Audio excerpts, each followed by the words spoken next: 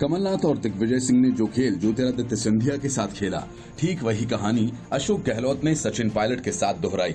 सोनिया गांधी ने जिस तरह की आजादी कमलनाथ को दी, वैसी ही आजादी गहलोत को भी मिली। नतीजा ये कि राजस्थान की कहानी भी मध्य प्रदेश की तर्ज पर लिखी जाने लगी।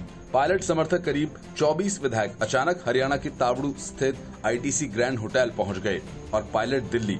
राजस्थान में सियासी घटनाक्रम जितनी तेजी से बदला, उस पर यकीन कर पाना मुश्किल है, लेकिन ऐसा हुआ।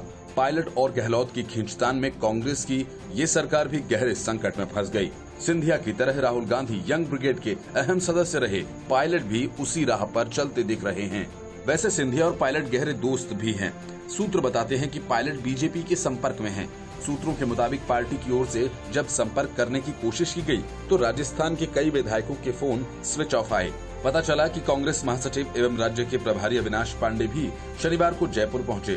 तेजी से बदलते घटनाक्रम के बीच सीएम अशोक गहलोत ने देर रात अपने मंत्रियों की एक बैठक बुलाई, जिसमें पायलट और उनके तमाम समर्थक मंत्री भी शामिल नहीं हुए। पायलट दिल्ली में होने के चलते वो बैठक में शामिल नहीं हो पाए। हालांकि प्रदेश अध्यक्ष होने के बावजूद राज्य में कांग्रेस की सरकार बनने पर पार्टी द्वारा उन्हें सीएम न बनाए जाने पर पहले से ही नाराजगी चल रही है। पायलट और अशोक गहलोत के बीच ताजा मामला प्रदेश अध्यक्ष के पद को लेकर है। गहलोत पायलट की जगह किसी दूसरे नेता को प्रदेश अध्यक्ष बनाने की कोशिशों में जुटे थे। गहलोत खेमा उप मुख्यमंत्री पद को भी गैर जरूरी बताने लगा था। मतलब कि गहलोत ने अपनी तरफ से पायलट के पर कतरने की पूरी तैयारी कर रखी थी, लेकिन अब पायलट ने ऐसा दांव चल दिया कि गहलोत के तोते ही उड़ गए। कांग्रेस कार्य समिति की पिछली बैठक में राहुल गांधी और प्रियंका वाड्रा ने पार्टी की लाइन तय कर दी कि सीधे सीधे निशाना पीएम मोदी पर लगाना है, और दिग्विजय सिंह ने इसकी व्याख्या भी कर दी कि जो मोदी विरोध के राहुल और प्रियंका की लाइन का समर्थन नहीं कर सकते, वे कांग्रेस में क्या कर रहे हैं। मतलब कि या तो वे पार्टी छोड़कर अलग हो जाएं या फिर उन्हें किनारे लगा दिया जाएगा। राहुल प्रियंका ने जो कांग्रेस की मुख्य धारा में बने रहने की शर्त बताई, अब उसका असर भी दिखने लगा है। सोनिया गांधी ने पाटीदार आंदोलन के नेता और मोदी विरोधी हार्दिक पटेल को गुजरात कांग्रेस का कार्यकारी अध्यक्ष नियुक्त कर दिया। साफ संकेत है कि पीएम मोदी पर आगे बढ़कर हमला करो और पद पाओ। गजब नहीं कि आने वाले दिनों में नवजोत सिंह सिद्धू टाइप नेताओं का ओहदा बढ़ जाए। पार्टी के संगठन महासचिव केसी वेणुगोपाल की ओर से जारी बयान के मुताबिक कांग्रेस अध्यक्ष सोनिया गांधी ने हार्दिक पटेल के तत्काल प्रभाव से नियुक्ति को स्वीकृति प्रदान की है। कांग्रेस का एक खेमा हार्दिक को मोरबी सीट से चुनाव लड़ाए जाने का पक्षधर है, इसलिए कांग्रेस की कार्यकारी अध्यक्ष सोनिया गांधी ने ये फैसला किया है। पटेल गुजरात में कुछ साल पहले पाटीदार आरक्षण आंदोलन के चेहरा बनकर उभरे थे और बाद में वे कांग्रेस में शामिल हो गए। अमित चावड़ा गुजरात कांग्रेस के अध्यक्ष हैं। उन्होंने ट्वीट किया कि हमारे युवा साथी हार्दिक पटेल को गुजरात कांग्रेस के कार्यकारी अध्यक्ष बनाए जाने पर हार्दिक शुभकामनाएं। जनहित की लड़ाई को साथ मिलकर और मजबूती से लड़ेंगे। गुजरात प्रदेश कांग्रेस के कार्यकारी अध्यक्ष नियुक्त किए जाने के बाद हार्दिक पटेल ने कहा कि वे पूरी गंभीरता से इस जिम्मेदारी को निभाएंगे। पटेल ने कहा कि वे जनता का विश्वास जीतने और खासकर बेरोजगार युवाओं और किसानों की समस्याओं के समाधान के लिए काम करेंगे। कांग्रेस ने महेंद्र सिंह परमार को आणंद, आनंद चौधरी को सूरत और यासीन गज्जन को देवभूमि द्वारका की जिला कांग्रेस कमेटियों का अध्यक्ष नियुक्त किया है। Bureau report, news of India. Vikas Dubey के एनकाउंटर के बाद उत्तर प्रदेश की सियासी हलचल नए मोड़ पर आ गई है। अधिकारियों के खिलाफ आक्रामक नीति योगी सरकार की सेहत के लिए विश्वास का अमृत भी साबित हो रही है। सही मायने में राजधर्म निभाने की नीति भी यही है कि जनहित के कार्यों को आगे धर्म और जाति के नफे नुकसान की जरा भी फिक्र न की जाए। ये सच है कि गुनहगार का कोई धर्म या कोई जाति नहीं होती, पर इत्तेफाक यह है कि एनकाउंटर में मारा गया कुख्यात बदमाश दुबे और इसके जितने भी साथी संगी मारे गए या इस प्रकरण में जिनके खिलाफ सख्त कार्रवाई हुई, उसमें ज्यादातर ब्राह्मण जाति से ही थे। दरअसल यूपी की सियासत में दशकों पहले से जाति का ऐसा जहर घोल दिया गया था, जिसके कारण आम जनता और विभिन्न धर्म जातियों से जुड़े आम जनता को जातिगत राजनीति किसी भी मुद्दे पर जातिगत हवा देने पर आमादा रहती है। लेकिन ये शुभ संकेत हैं कि मुख्यमंत्री योगी आदित्यनाथ अन्य राजनेताओं की तरह राजनीतिक नफा नुकसान न देखकर राजधर्म निभाते रहे हैं। प्रदेश की जनता की बुनियादी जरूरतों में उन्होंने बेहतर कानून व्यवस्था को जरूरी पहलू माना है।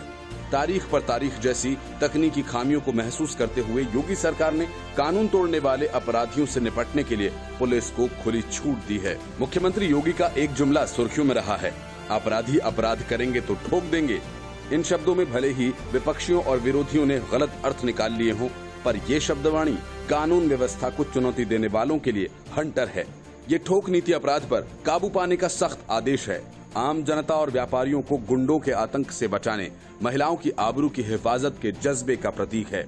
सब जानते हैं कि उत्तर प्रदेश का दुर्भाग्यपूर्ण इतिहास ये है कि यहाँ गुंडे, बदमाश, माफिया सरगनाओं के पेशेवर गैंग इस सूबे की तरक्की की रुकावट बने रहे। जनता का अमन चैन छीनने वाले अपराधियों ने राजनेताओं, चंद स्वार्थी अधिकारियों और भ्रष्ट पुलिस कर्मचारियों के साथ नेक्सस स्थापित करके रखा है। इसे तोड़ना योगी आदित्यनाथ की प्राथमिकता है, जिसके लिए वे हर संभव कोशिश कर रहे हैं। व्यापारियों को राहत, रोजगार की संभावनाएं, पर्यटन को बढ़ावा, महिला सुरक्षा एवं निवेशकों को आकर्षित करने के लिए मुख्यमंत्री योगी ने कानून व्यवस्था को बेहतर बनाने का सिलसिला जारी रखा है। इस मकसद से ही प्रदेश की माफियाओं, गुंडों, बदमाशों की गुंडागर्दी से मुक्त करने का सफाई अभियान चलाने के लिए सूबे की पुलिस को सख्त निर्देश दिए गए हैं। वो कई बार अपराधियों को चेतावनी दे चुके हैं कि बदमाशों ने लूट, बलात्कार, फिरौती, हत्याओं के कारनामों का रास्ता नहीं बदला तो उनकी पुलिस समाज विरोधी ऐसे तत्वों को मार गिराने में कोई कसर नहीं छोड़ेगी। जनहित और कानून व्यवस्था को दुरुस्त बनाने की इस मुहिम में ही योगी सरकार के करीब 3.5 साल के कार्यकाल में 4000 से अधिक एनकाउंटर्स हो चुके हैं, जिसमें लगभग 80 से ज्यादा अपराधियों को मारने का दावा किया गया है। सैकड़ों अपराधियों को सलाखों के पीछे डाल दिया गया और तमाम गुंडे, बदमाश अब माफिया प्रदेश छोड़कर भागने पर मजबूर हो गए। Bureau report, news of India. Sachin Pilot और अशोक गहलोत की लड़ाई में कांग्रेस की राजस्थान सरकार तो एक तरफ फंस ही गई है, लेकिन दूसरी तरफ मध्य प्रदेश में बीजेपी की सेंधमारी जारी है। कांग्रेस के एक और विधायक प्रद्युम्न सिंह लोधी ने भी पार्टी छोड़ दी है। लोधी ने सीएम शिवराज सिंह चौहान की मौजूदगी में बीजेपी की सदस्यता ग्रहण कर ली है। सूत्र बताते हैं कि अभी कांग्रेस छोड़कर बीजेपी में आने वाले विधायकों की लाइन लंबी है, जो वक्त के साथ बीजेपी ज्वाइन करेंगे। सीएम शिवराज सिंह चौहान से मिलने से पहले प्रद्युम्न सिंह लोधी पूर्व सीएम उमा भारती से मिलने उनके आवास पर गए थे। बीजेपी के प्रदेश अध्यक्ष वीडी शर्मा ने कहा कि हम विधायक प्रद्युम्न सिंह लोधी को सीएम शिवराज सिंह से मिलवाने ले जा रहे हैं। सीएम आवास में प्रद्युम्न सिंह लोधी ने बीजेपी की सदस्यता ग्रहण कर ली है। इस मौके पर सीएम शिवराज सिंह चौहान ने उन्हें मिठाई खिलाई। सदस्यता ग्रहण करते वक्त सीएम शिवराज सिंह चौहान के साथ प्रदेश अध्यक्ष वीडी शर्मा भी मौजूद थे। सदस्यता ग्रहण करने के दौरान सीएम शिवराज सिंह चौहान ने लोधी को मिठाई खिलाई। चर्चा है कि लोधी को भी राज्य मंत्री बनाया जा सकता है। इसके साथ ही कांग्रेस के अन्य भी कई विधायक बीजेपी के संपर्क में हैं। 2018 के विधानसभा चुनाव में बड़ा मल्हारा विधानसभा सीट पर बीजेपी की ललिता यादव और कांग्रेस के कुंवर प्रद्युम्न सिंह लोधी के बीच मुकाबला था, जहां कांग्रेस के कुंवर प्रद्युम्न सिंह लोधी ने जीत दर्ज की थी। बुंदेलखंड में कांग्रेस को ये दूसरा बड़ा झटका है। इससे पहले मंत्री रहे गोविंद सिंह राजपूत भी ज्योतिरादित्य सिंधिया के साथ बीजेपी में शामिल हो गए थे। जब उमा भारती मध्य प्रदेश के मुख्यमंत्री बनी, तब वे बड़ा मल्हारा सीट से ही विधायक चुनी गई थीं। हालांकि उनका कार्यकाल काफी छोटा रहा और 8 महीने बाद ही उन्हें कुर्सी छोड़नी पड़ी। लोधी से पहले भी कांग्रेस के 22 विधायक बीजेपी में शामिल हो चुके हैं। 22 में से 12 लोग शिवराज कैबिनेट में मंत्री बन चुके हैं। लोधी को लेकर अब तक 23 विधायक कांग्रेस छोड़ चुके हैं। चर्चा है आने वाले दिनों में कुछ और पार्टी छोड़ सकते हैं। Bureau report, news of India.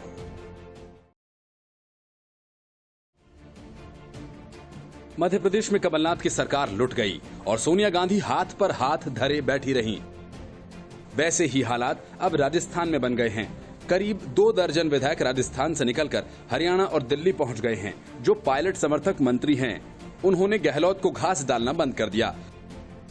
Congress के इस हाल पर कपिल सिब्बल ने ट्वीट कर सोनिया गांधी को इशारों में कह दिया कि क्या हम सब कुछ लुटाकर ही होश में आएंगे। कपिल सिब्बल ने ट्वीट किया और कहा, अपनी पार्टी के लिए चिंतित हूं, क्या घोड़ों के अस्तबल से निकलने के बाद ही हम जागेंगे। सिब्बल ने इस ट्वीट में सीधे तौर पर राजस्थान का जिक्र नहीं किया है, लेकिन जिस तरह से उन्होंने अपनी बात कही है, उससे साफ पता चल रहा है कि उनका इशारा राजस्थान की ओर है। दरअसल राजस्थान में जिस तरह से सीएम अशोक गहलोत और डिप्टी सीएम सचिन पायलट के बीच तलखी बढ़ी है, ऐसे में सोनिया गांधी की चुप्पी पर कहीं न कहीं कपिल सिब्बल ने इस ट्वीट के जरिए सवाल उठाए हैं। कपिल सिब्बल ने इस ट्वीट के जरिए पार्टी नेतृत्व को जल्द से जल्द कदम उठाने की ओर इशारा भी किया। फिलहाल राजस्थान में गहलोत सरकार पर छाए संकट के बीच खबर ये है कि सचिन पायलट और नाराज विधायक दिल्ली में सोनिया गांधी से मिलने की कवायद में जुटे हैं। पायलट ने पार्टी के वरिष्ठ नेता अहमद पटेल से मुलाकात की, लेकिन ये सारी बातें ही हैं। हकीकत कांग्रेस के लिए अच्छी नहीं है, क्योंकि जब कांग्रेस का सीएम ही सूत्रों के हवाले से एफआईआर करवाए, जिन लोगों के नाम उसमें दर्ज किए गए हैं वे सब इस बात से इनकार कर जाएं कि हमें तो कोई ऑफर दिया ही नहीं गया। निर्दलीय विधायक रमीला खाड़िया और कांग्रेस के विधायक इस बात से साफ तौर पर मना कर चुके हैं कि उन्हें पैसे का कोई ऑफर दिया गया है। इस एफआईआर में हमारा नाम हमसे पूछे बिना ही दर्ज किया गया है और सब के बावजूद डिप्टी सीएम सचिन पायलट को पूछताछ के लिए तलब कर लिया जाए तो मानकर चलिए कि मामला बेहद बिगड़ चुका है। Bureau report, news of India.